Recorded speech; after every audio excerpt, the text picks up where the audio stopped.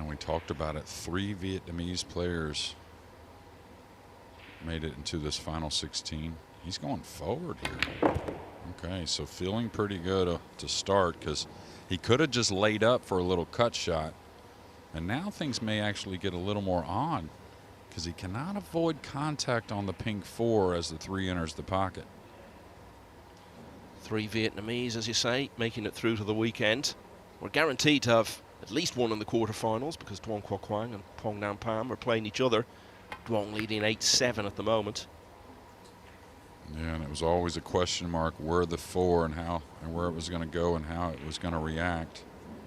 Now, one thing you'll see with Nguyen Anh Tuan, he is not afraid to take on tough shots.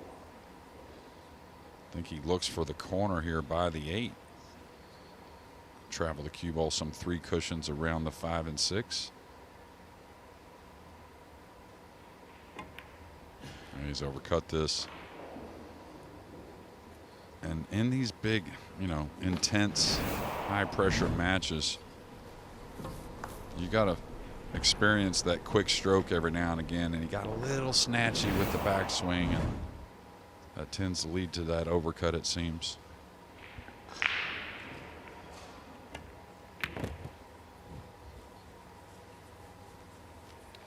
Well, the first year of the UK Open, it was only a 16-player single elimination stage, and Shaw didn't make it as far as that. He did make single elimination in both of the last 2 years, but lost in the last 32. See some big results. Yeah, Yorkshireman Elliot Sanderson. Shaw's first break of the match then. Watch out, cue ball. He's going to avoid it. I thought he was. No. Foul. You're going to have some of those. It seems like almost every match, at least 1 or 2. Ball in hand. After a big miss in game 1, we always talk about it. Ball in hand is something makes you forget about that mistake.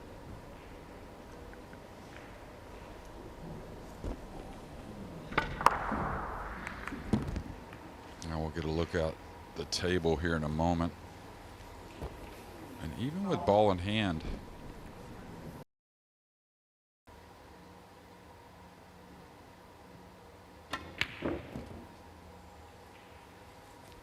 that's one thing you also got to look at and love about Nguyen Anh Tuan is he really doesn't back off. A lot of players would have kind of tried to just slide that ball in as easy as they could, making the pocket a little more friendly. But he's going to kind of do it how he likes to do it, and he's improved in that manner also.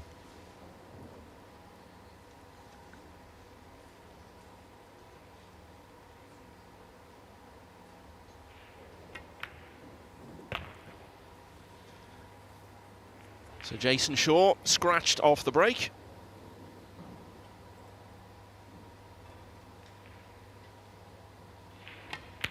Sat down for the rest of it. Nguyen Anh Tuan levels at 1 each.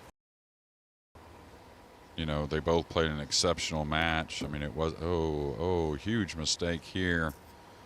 The right hand didn't serve its purpose there for Nguyen Anh Tuan, and this is the little things he has to make sure he avoids in playing any player in this final 16. Well, you rely on a bit of fortune no matter how good you are with the break, but this is what you're always hoping for, isn't it? Make a ball and then have an easy one to get you off and running after that with a decent layout, and he's just completely wasted it there straight away. Yeah, not too hard of a jump for these guys, but after you make that mistake, he may fluke it.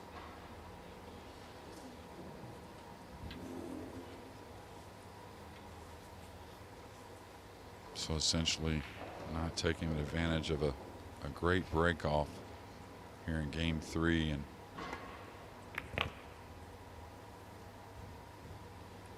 one thing about Jayson, when it talks about the break, in my opinion, he's become a top 5 or 8 breaker on tour, really.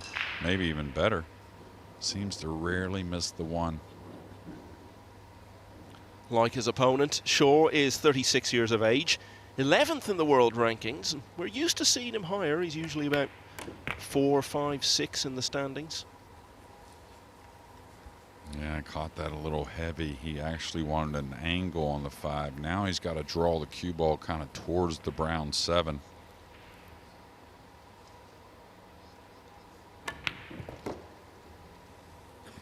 cheat at the pocket to avoid the brown. He's going to fall fairly straight on the 6, so not out of the woods yet here in rack number 3. Maybe he'll cheat it just a little bit to get the brown in the left middle.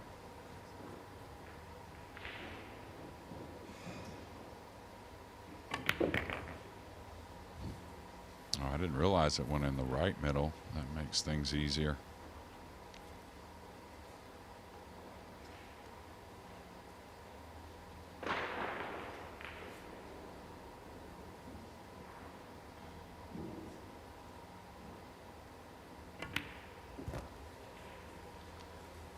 Jayson Shaw from Glasgow, been based in the US for some time now. And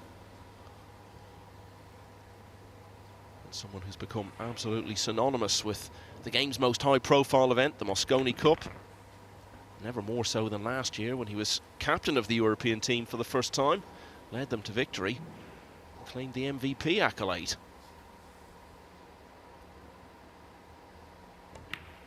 And he's also claimed rack 3 off the back of a terrible error from Nguyen Anh Tuan. Shaw in front again at 2-1. So he's on the wrong angle of the red 3. He's got to come some 3 rails around with proper speed to fall between the green 6 and the pink 4. The speed looks pretty good if he can avoid the 8. And just nicked it, and that took a little off the cue ball, and it put the 8 in a more awkward position for later in the rack. I think he does go for the bank here, though.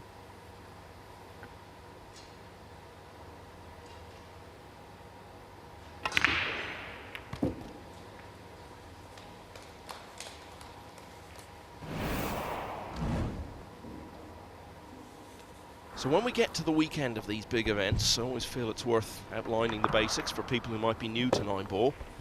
Basically, so long as you hit the lowest numbered ball remaining on the table first, any ball you pot is legal and it keeps you at the table. And ultimately, it's all about the 9, because irrespective of what other balls are potted, it's all decided by who pots the 9, because that is the winner of the rack. And if, for example, the lowest numbered ball remaining on the table is the 6, and if you can hit the 6 onto the 9 and pot the 9, well, then the rack is yours.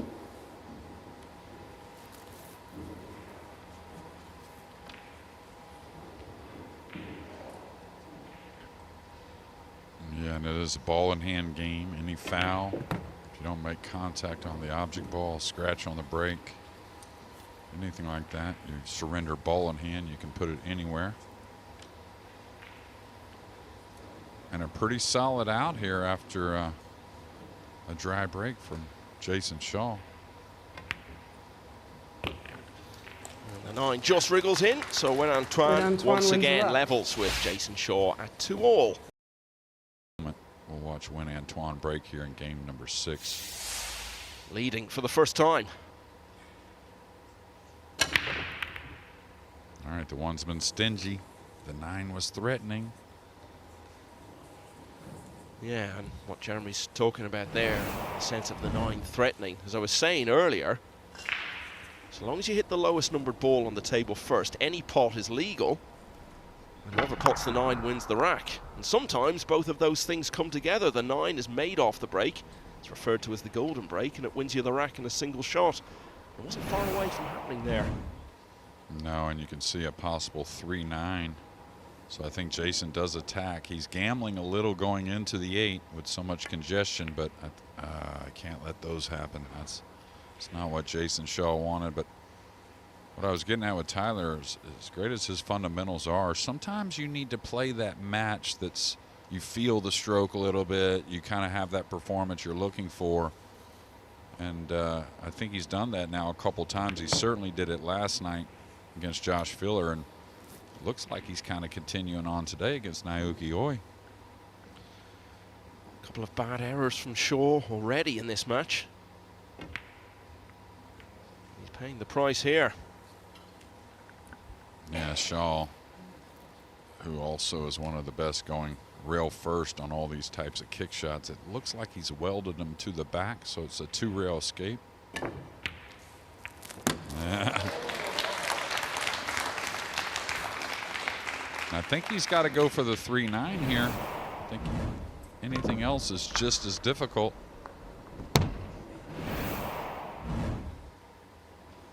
I think the 3 does pass, but it's awfully snug.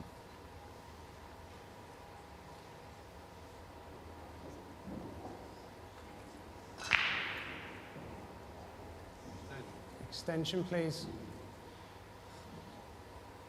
And again, for any newcomers, 30-second shot clock, but you are allowed 1 extension per rack. Shaw using it here to figure this one out. And using it to very good effect. He's absolutely thumped that 9 into the pocket. Shaw levels again at Jayson 3 all. the rack. When we went to Hanoi for the first time for the big event there a couple of years ago, Shaw emerged as the winner. The first time he'd won one of the Matchroom majors. He is a former US Open champion from 2017, but that was in the pre-Matchroom era. He's going to get him maybe on the pink here. Just a little shy, so got to believe it's the short cue for Nguyen Anh Tuan.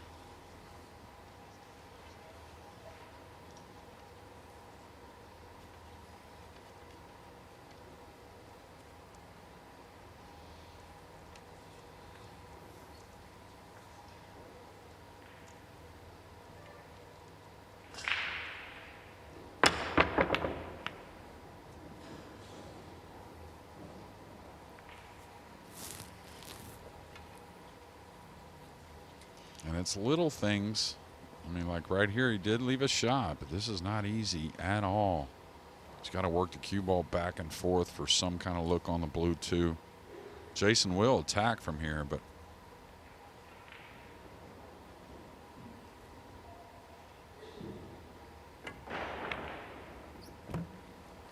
cue ball's got to go a bit. I think it just did get there. But that one right there, to me, looked a lot more settled with the stroke. You know, even getting into the shot, it's almost like his routine's back all of a sudden.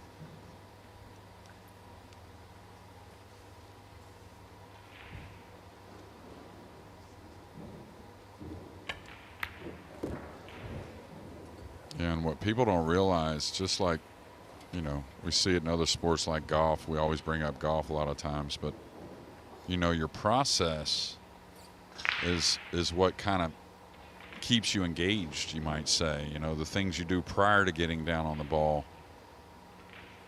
really make a huge difference in very nervy kind of moments, you know, which are the biggest moments in the game. What a shot there. Not been more than a single rack in it either way so far. Shaw can change that here.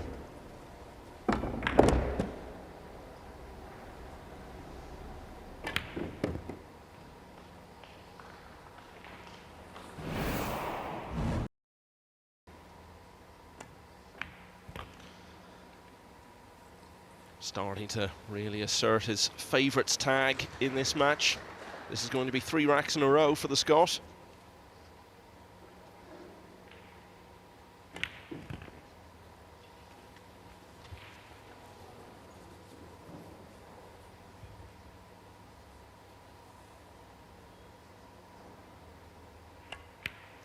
And with that 9-ball, he goes a couple clear. He's halfway to his target now.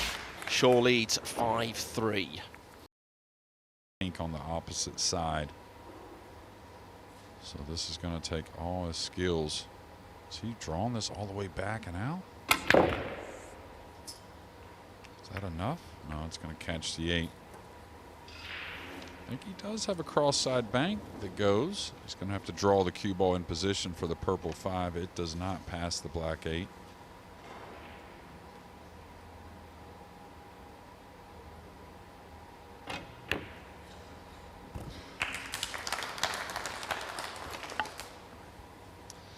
So by far the less experienced of the two, but he's holding up well, and just when it looked as though Shaw might be taking a grip on things, when he went a couple clear, Nguyen Anh Tuan in all probability is going to level the scores once again.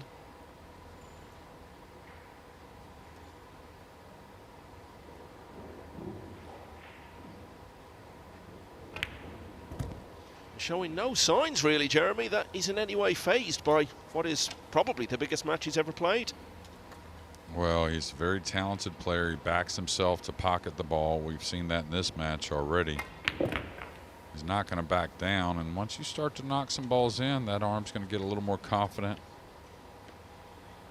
And we say not as experienced, but in the last few years, he's been in a lot of big tournaments, so and gaining that experience every chance he can. Dry break from Nguyen Anh Tuan. But it's not about what happens at the start of the rack. It's all about what happens at the end of it. And in this case, that is when potting. Lost in the first round. 8 appearances in a row since their remarkable run to the semi-finals in the inaugural World Cup back in 2006 in Wales.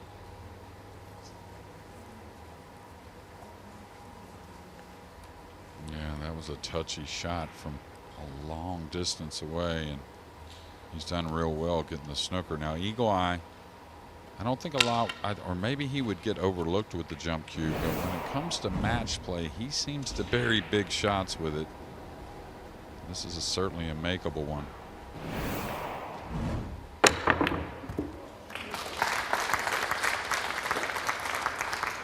One of the headline-grabbing moments of the match.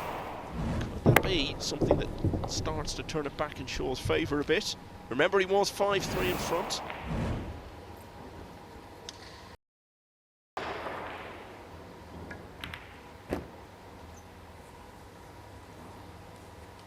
Yeah, that goes back to what we were talking about earlier.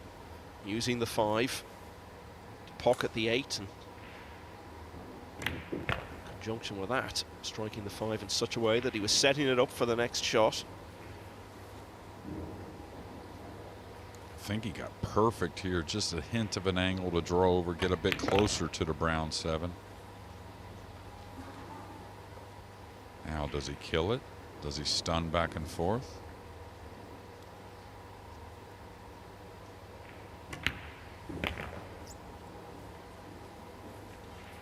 So there was a bit of work to do here. It's all but done now, though. Jayson Shaw looking to reach the quarterfinals of his home open for the first time, and he's 4 racks away from doing it now. Shaw back in front at 6-5.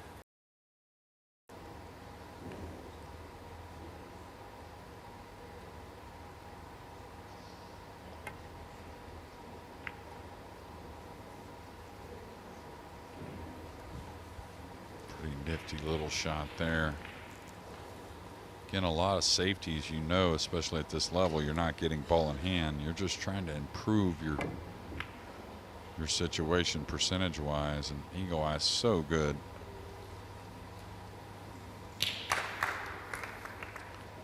And if the 7 has him cut off a little bit here, if he can't use the jump cue, this is going to be a difficult hit.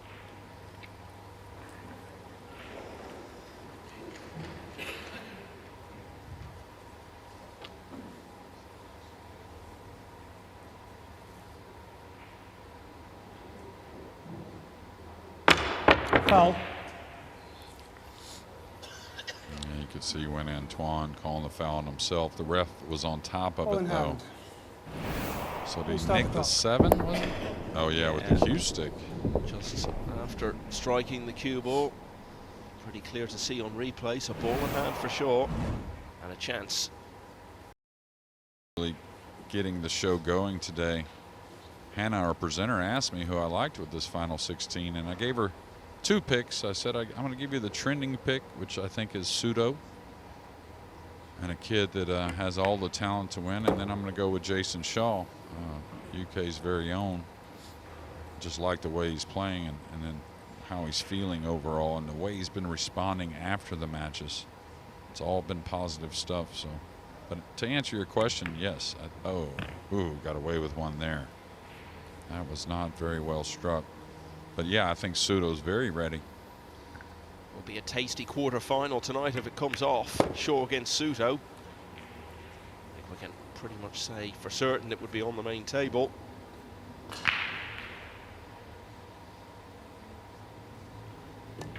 And it's getting pretty close to happening now. Shaw wins the rack. because Jayson Shaw has won 3 racks on the spin and just needs a couple more now to book his place in the last 8 of this UK Open. You just kind of float by the pink 4 here with a little draw. Let's get away from the 9.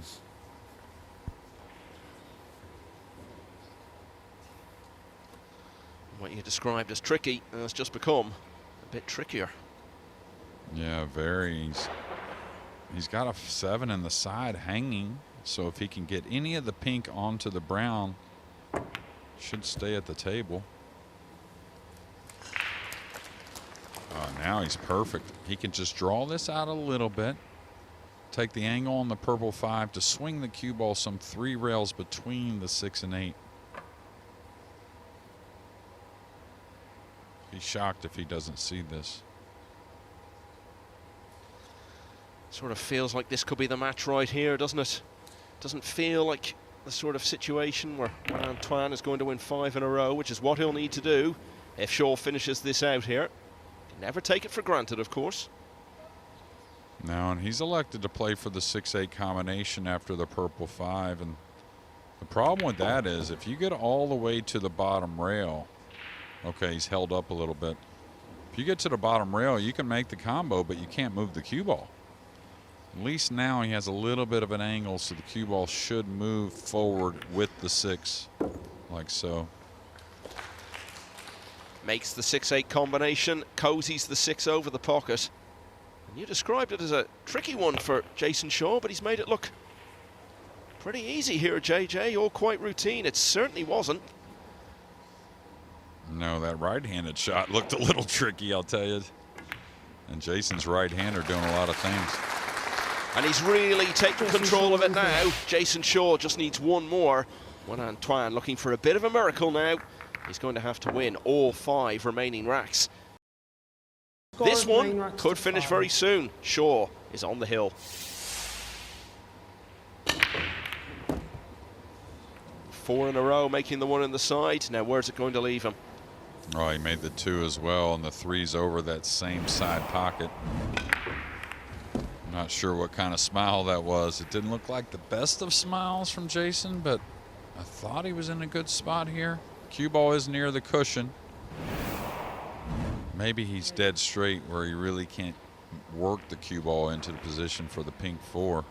Does he take it down in the corner?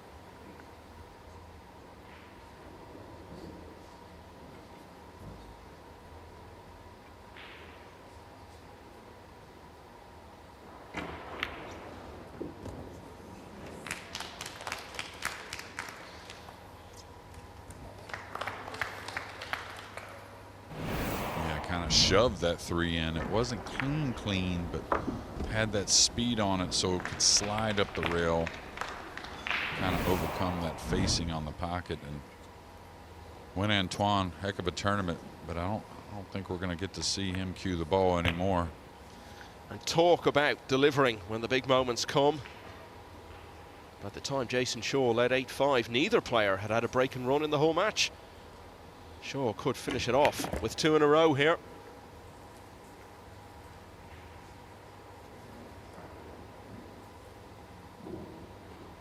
He had never been among the 16 players for the final weekend of a UK Open in the past.